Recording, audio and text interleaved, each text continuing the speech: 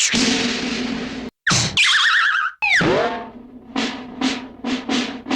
सब क्या है? इतना बड़ा घर किसका है? आप मुझे कहाँ ले आए हैं? क्या आप मुझे किसी के आगे बेच रहे हैं? ये आप कहाँ लेके आए हैं मुझे? हेलो हेलो, हाँ जी सेठ साहब, मैं इसको ले आया हूँ यहाँ पे। आप प्यारे बच्चों, एक दफ़ा का जिक्र है कि इंडिया के एक गांव में नीता नाम की एक लड़की रहती थी। उसके माता पिता का देहांत हो चुका था। वो अपनी चच्ची के पास रहती थी। उसकी चच्ची एक जालिम खातून थी। वो उसके साथ बिल्कुल भी अच्छा सलूक नहीं करती थी। चच्ची की अपनी भी एक बेटी थी। उसका नाम माहिरा था। चच्ची माहिरा से बहुत अच्छा सलूक करती क्योंकि वो तो उसकी अपनी बेटी थी, लेकिन नीता के साथ उसका रवैया बहुत बुरा था। कभी वो उससे घर के काम करवा रही होती, सारा दिन घर के कामों से भी जब वो थक जाती तो फिर उसको कहती कि सारा दिन रोटियां ही तोड़ती रहती हो, कौन सा कोई काम करती हो। यहाँ तक कि चच्ची की बेटी नीता का रवैया भी उसके साथ बिल्कुल अच्छा नहीं था। महारानी, तुमसे कहा था कि मेरे कपड़े इस्त्री कर देना, समझ नहीं आता क्या? सुबह से रखे हैं और अभी तक कपड़े इस्त्री करने वाले हैं। ना तुमने मेरे कपड़े इस्त्री किए, ना तुमने मेरे जूते पॉलिश किए। पता नहीं क्या करती रहती हो सारा दिन। कामचोर है कामचोर, सारा दिन बस इससे इधर उधर फिर ले, ध्यान रख ले कि कौन क्या कर रहा है। सारा दिन मजाल है कि खाने पीने के अलावा भी इसको कोई काम हो। न जाने कौन से कर्मों की सजा है ये, तो बस हमारे पीछे ही पड़ गई है। चच्ची जान, मैं कर दूंगी। आपको पता है सारा दिन तो वक्त ही नहीं मिला। बस न जाने कौन से काम करती रहती हो तुम, सारा दिन वक्त नहीं मिला। बातें सुन लो। ऐसे ही करती है ये ड्रामेबाज बहानेबाज, पता नहीं कब इससे जान छूटेगी। और इस तरह से वो बहुत परेशान होती क्योंकि सारा दिन काम करने के बावजूद भी उसको ना तो कोई सिला मिलता और ना ही कोई अच्छी बात सुनने को मिलती, बल्कि उल्टा सारा दिन बेइज्जती ही होती और शाम को भी डांट खा के वो सो जाती। इसी तरह से एक दिन वो घर का सौदा लेने बाहर गई तो वहाँ पे रमेश नाम का एक लड़का खड़ा था। उसे देखते ही नीता बहुत पसंद आई। रमेश असल में बहुत अमीर फैमिली से था। उसके वालिदैन दूसरे मुल्क में रहते थे और वो अकेला ही इंडिया में रहता था। वो तो नीता को देखते ही अपना दिल दे बैठा। उसे वो बहुत पसंद आई और उसने उसके घर तक जाने का सोचा और इस तरह से अगले दिन उसने नीता का पीछा करने का सोचा क्योंकि वो देखना चाहता था कि वो कहाँ रहती है। और इस तरह से उसके पीछे जाके वो उसके घर तक पहुँच गया। जब वो उसके घर गया, उसको देख के तो नीता की चच्ची और उसकी कज़न माहिरा बहुत खुश हुए। उनको लगा कि बस ये मुर्गा फंस ही जाए। जब रमेश उनके घर गया तो उसको देख के बहुत खुश हैं। रमेश ने उनसे कहा, मेरी इंडिया में 6 फैक्ट्रीज हैं। इन फैक्ट्रियों का मैं अकेला मालिक हूँ। मेरे माता पिता यहाँ नहीं रहते, वो इंग्लैंड में रहते हैं। मैं यहाँ अकेला ही होता हूँ। शायद आने वाले वक्त में मैं भी इंग्लैंड चला जाऊँ। मुझे आपकी बेटी बहुत अच्छी लगी है। मैं असल में उसको नहीं जानता, ना ही वो मुझे अच्छी तरह से जानती हैं, लेकिन मैंने बस उनको रास्ते में देखा तो मुझे वो बहुत अच्छी लगी और उनके पीछे चलता चलता मैं यहाँ तक आ गया हूँ। आप गलत मत समझिएगा। तुम क्या चाहते हो बेटा, तुम कहना क्या चाहते हो? तुम्हें मेरी बेटी कहाँ मिली और तुम उसको कैसे जानते हो? क्या तुम उससे शादी करना चाहते हो? मैं तो बड़ी खुश हुई हूँ ये बात सुनकर। अरे अरे वाह, तुम तो बहुत अच्छे इंसान लगते हो। मैं तुमसे अपनी बेटी से शादी से इनकार क्यों करूँगी? मुझे बहुत अच्छा लगा। हाँ, आप मुझे कैसे जानते हैं?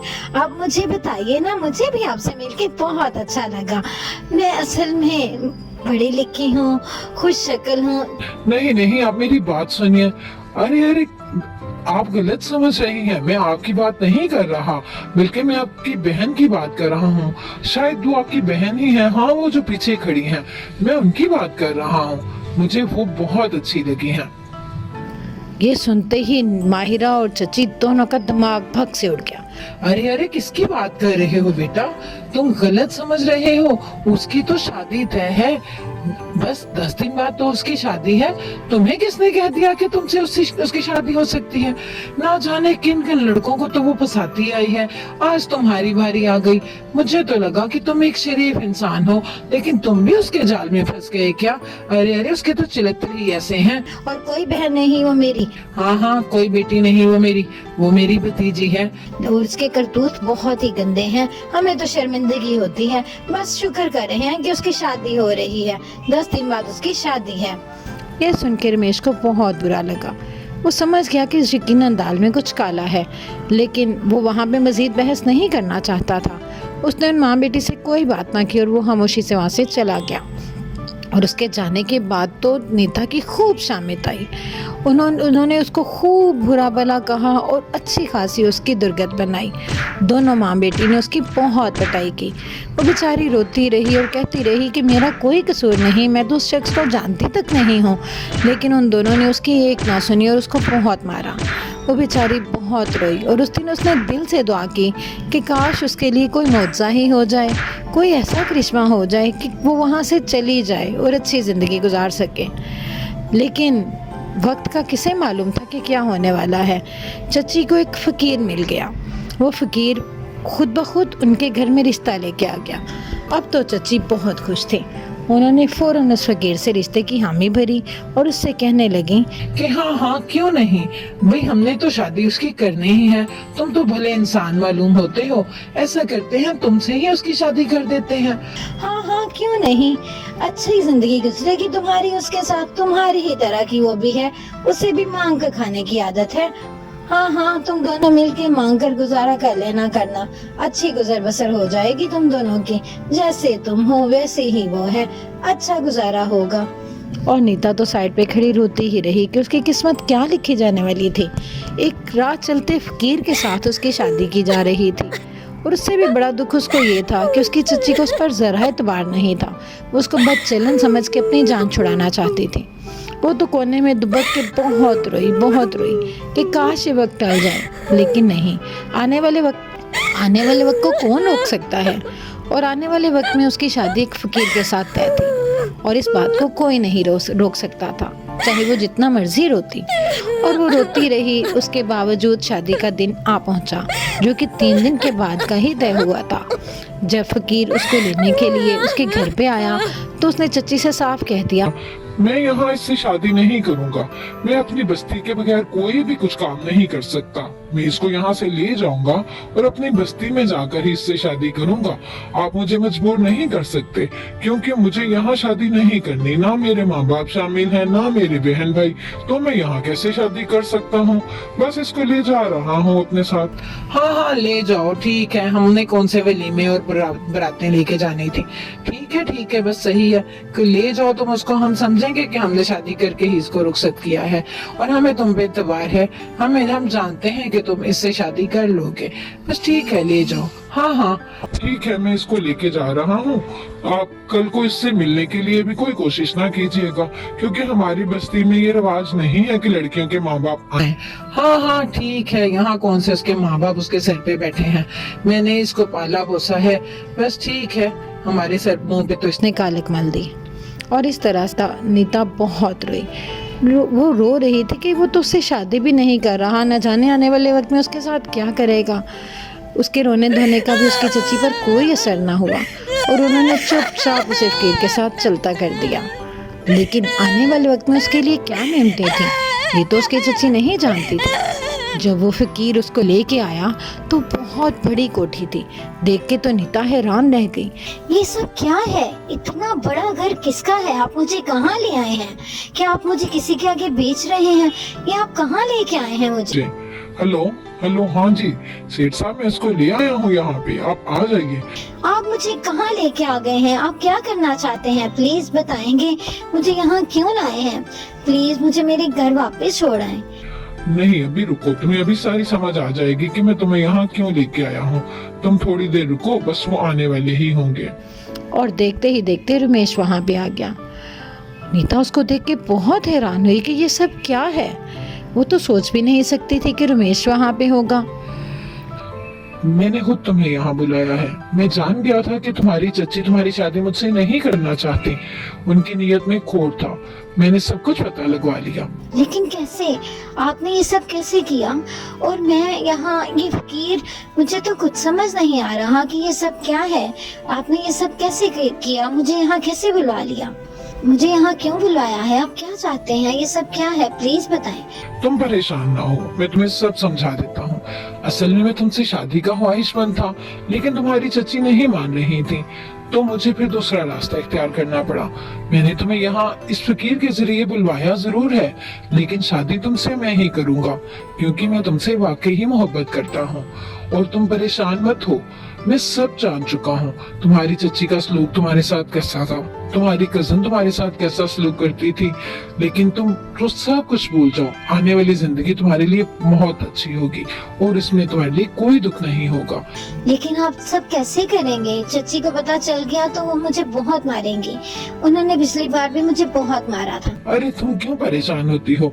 जब मैं तुमसे शादी कर रहा हूँ तो तुम्हारी चच्ची कौन होती है रोकने वाली? हम उनको पहले नहीं बताएंगे।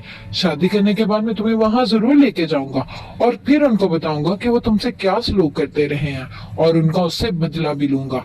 तुम परेशान ना हो। लेकिन ये सब कैसे होगा? मुझे तो अभी तक यकीन नहीं आ रहा कि ये सच है या कोई मैं ख्वाब देख रही हूँ। ये कैसे हो सकता है? तुम परेशान ना हो, सिर्फ तुम अच्छा जिंदगी में तुम्हारे लिए बहुत नेमतें हैं। तुम बिल्कुल परेशान ना हो, जितनी तकलीफें काटनी थी तुम काट चुकी। अब सिर्फ खुशियाँ तुम्हारा इंतजार कर रही हैं। और वाकई में उनके लिए बहुत खुशियाँ थी। अगले दिन रमेश ने उसको बताया कि हम तुम्हारी चच्ची से मिलने के लिए तुम्हारे घर जा रहे हैं। अब वो दोनों शादी कर चुके थे और दोनों एक दूसरे के साथ बहुत खुश थे। रमेश उससे कहने लगा, तुम परेशान ना हो, ये सोच के तो बिल्कुल परेशान नहीं होना कि तुम्हारी चच्ची तुम्हारे साथ क्या सलूक करेंगी, बल्कि तुम ये देखना कि उनके साथ अब मैं क्या सलूक करता हूँ। भूल जाएंगे कि कभी किसी के साथ बुरा सलूक भी किया जा सकता है। लेकिन आप ये सब कैसे करेंगे? वो बहुत जालिम है। छोड़ दें, हम नहीं जाते। नहीं नहीं, क्यों नहीं? मुझे तो उनका वो रवैया ही नहीं भूलता। जब उन्होंने तुम्हारे साथ मुझे उन्होंने बहुत मारा था, लेकिन आपको नहीं पता। आप क्या करेंगे? तुम फिक्र मत करो, मैं देखना उनके साथ क्या करता हूँ। और वो जब उनको लेके उनके घर गया तो वो बहुत हैरान हुई। माहिरा की तो जान ही निकल गई उसको रमेश के साथ देख के। चच्ची भी फौरन बोली, ये सब क्या है? ये तुम्हारे साथ क्या कर रहा है? तुम इसको कहाँ मिल गई और क्या कर रही हो? क्या तुम फकीर को छोड़ किसके साथ भाग गई हो? अरे अरे, कोई खुदा का खौफ खाओ। इस लड़की से तो पहले भी कोई अच्छी उम्मीद ना थी, और अब देख ले इसने क्या करतूत की। मैं तो कहती थी। अरे मुंह बंद रखो अपना तुम दोनों। क्या सोच रही हो? फजूल बातें। अब तुम लोगों के दिमाग गंदे हैं, इसलिए गंदा ही सोचती हो। मैंने उस फकीर को यहाँ पे भेजा था। वो असल में फकीर नहीं, मेरा एक दोस्त था जो भेस बदल के यहाँ पर आया था, और मैं इससे शादी करना चाहता था। बस इसलिए मैंने ये सारी गेम खेली, क्योंकि मैं तुम लोगों की नीयत को जान गया था। मैं जानता था कि तुम लोग इस तरह कभी उसकी शादी मुझसे नहीं करोगे, लेकिन मैंने ये सब गेम खेल के खुद अपना मकसद भी पूरा किया और अपनी बीवी को तुम लोगों के जाल से भी निकाला है। नीता तो ये सुनते ही रोने लगी और चच्ची कहने लगी, देखो भाई, ये तो सारी झूठी कहानी है जो इसने सुनाई है। तुम क्यों इसकी बातों में आ रहे हो? मेरी बेटी को देखो, इतनी शरीफ, इतनी अच्छी। जच्ची जान, आप क्या कह रही हैं? खुदा के लिए अब तो चुप कर जाएं। झूठ बोलना बंद कर दें। आप कितने झूठ बोलेंगी? बस कर दें झूठ बोलना। आप जानती हैं कि आपने सब क्या किया है, और आप मेरा इनके साथ कोई ताल्लुक नहीं था, लेकिन अल्लाह ताला ने मुझे इनको तोहफे में दे दिया। हाँ हाँ बीबी, ठीक है, तुम्हारे काम जो बड़े अच्छे थे तो तुम्हें तोहफे में मिल गए। कोई बात नहीं, खुश रहो जहाँ रहो। जाहिर है अब हम क्या कर सकते हैं। और इस तरह से माहिरा बहुत रोई और चच्ची भी कुछ ना कर सकी, क्योंकि वो कुछ कर भी नहीं सकती थी। वो जान चुकी थी कि रमेश एक दौलतमंद और ताकतवर इंसान है। उसकी पहुंच बहुत ऊपर तक थी। वो उसके साथ किसी भी किस्म का कोई बुरा रवैया न रख सकती थी। उन्होंने उससे जान छुड़ाने में ही बेहतरी समझी, और इस तरह से नीता को उसकी अच्छाइयों का सिला और माहिरा को उसकी बुराइयों की सजा मिल गई। तो बच्चों, हमें इस कहानी से ये सबक मिलता है कि हमें कभी भी किसी के साथ बुरा नहीं करना चाहिए, बल्कि सबके साथ अच्छा रवैया रखना चाहिए।